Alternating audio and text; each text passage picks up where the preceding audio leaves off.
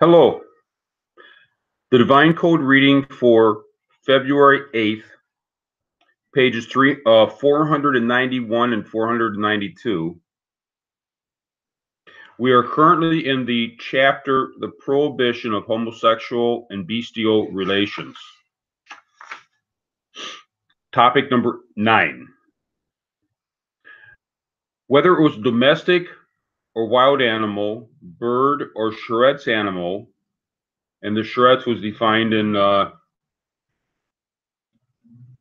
part 4. That's on the laws of the prohibition against the limb of the living animal. Chapter 1, topic 7. Male or female that the man entered his organ into for bestial relations. The man is liable for a capital sin. So it's a wide spectrum of animals that the capital sin would be involved.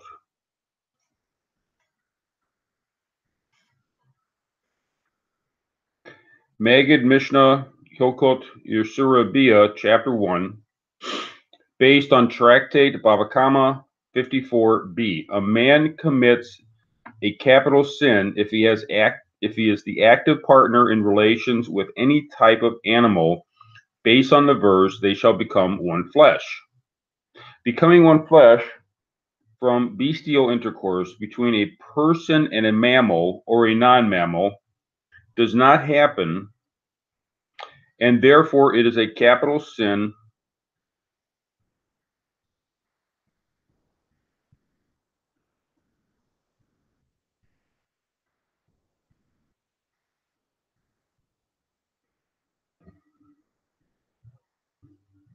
So for the purpose of animals, for bestial relations with an animal, a man having bestial relations with an animal, obviously it's not going to produce children.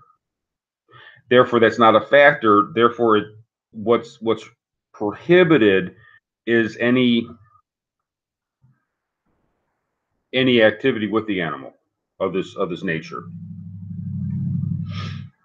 But if a bird or non-mammal inserted it into a human, it is not considered actual sexual intercourse at all, so liability for a capital sin does not apply.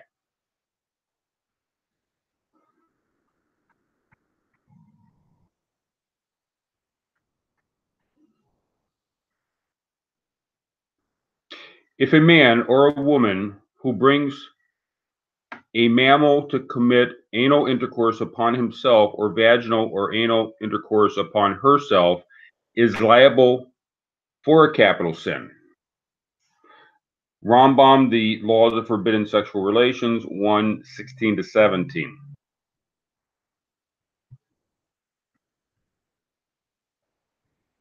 Okay, so if it would be a mammal that would be doing the active penetration, then it would be a capital sin. If it was a bird or a non-mammal, such as a reptile, I'm not really sure I don't know that much about zoology, but that would not be considered a capital sin, but it would still be important.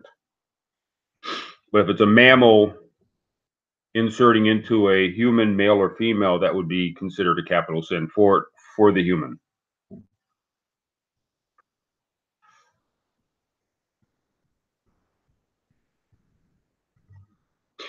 If a male bird is brought to insert its male organ into a male or female person, it does not fall within the Torah's definition of bestial intercourse. As such, would not make a man or woman liable for a capital sin.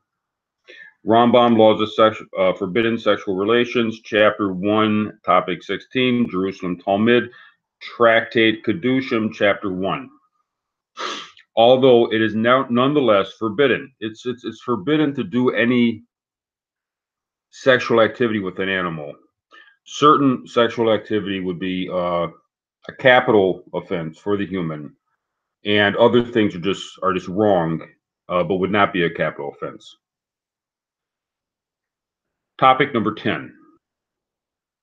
For bestiality committed by a man or a woman, And for male homosexuality, one is liable when just the full head of the male organ has entered, including the just the beginning opening, even without penetrating further or completing the intercourse, whether it is the male organ of a man or of an animal, and whether the entrance is into the orifice of the person or the animal.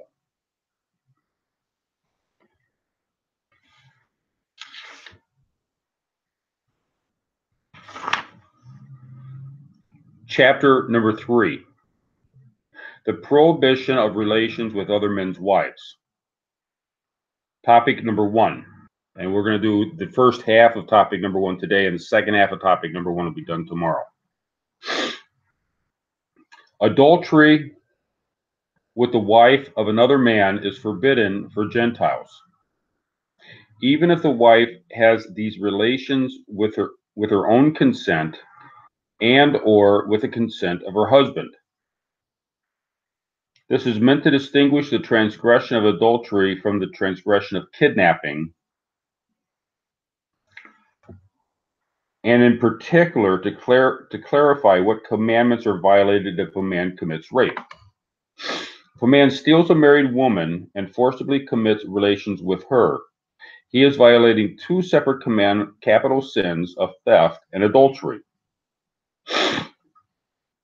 which will be explained in Volume 2, parts on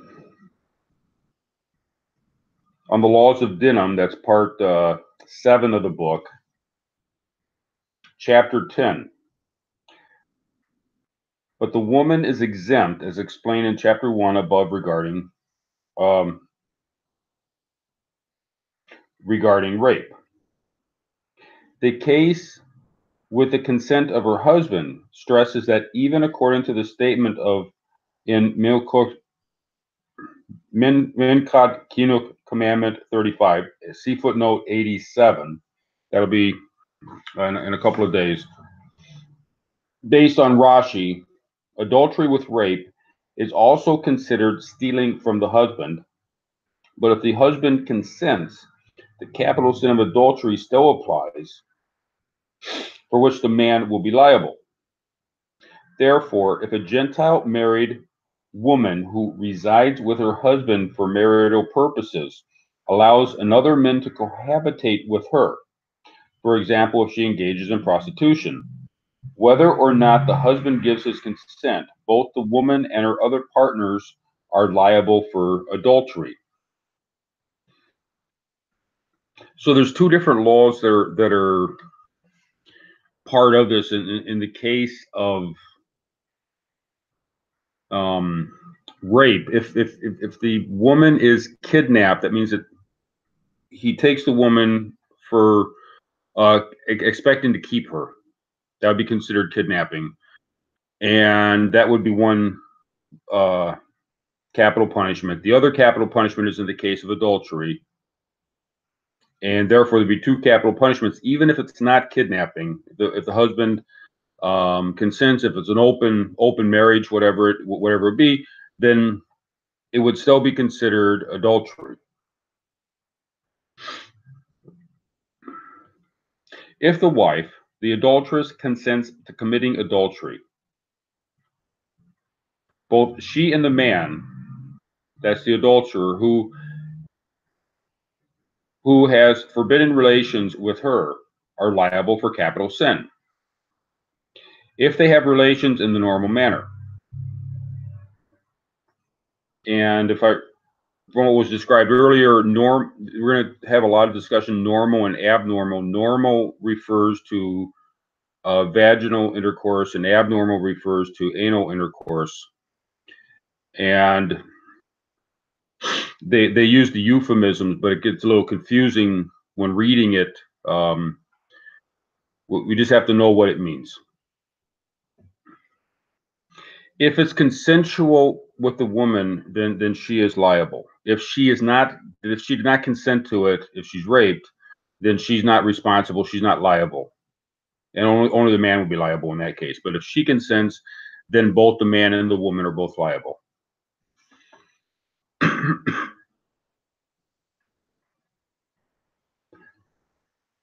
The conditions for adultery apply after the woman has consummated her marriage with her husband through the having normal relations with him. But if another man has abnormal relations with her after she consummated her marriage, or either type of relations with her while she was only engaged, or after she had completed a wedding ceremony, but she did not yet consummate the marriage by having marital relations, then neither she nor the other man are liable for a capital sin. As God said to Avimelech, that's in Genesis chapter 20, verse 3. How did she become fully married? I'm sorry. After you are on the brink to die because of the woman you have taken, for she has been possessed by her husband. That's Baal in Hebrew. See Rambam Laws of Kings 9:7. How did she become fully married to her husband and thereby forbidden to another man? It was through the normal marital relations as understood from the Hebrew phrase. So, and this will be discussed more later on in this unit, or probably in this chapter. There's no legal concept of betrothal in the Noahide law, in the non-Jewish law. There is a concept of betrothal in the Jewish law where the woman would be considered married just through the betrothal. The non-Jewish law, the marriage is when it is consummated, then it's considered married. And before the consummation, they're not considered married. And therefore, by Torah law, there would not be prohibition of adultery until the two are have normal relations for the purpose of marriage. And this will be going into more detail later on in the book. So that they're just explaining at this point at what time, what's the time frame that the prohibition of adultery would be a factor. And we'll continue with topic number 1 tomorrow. Thank you.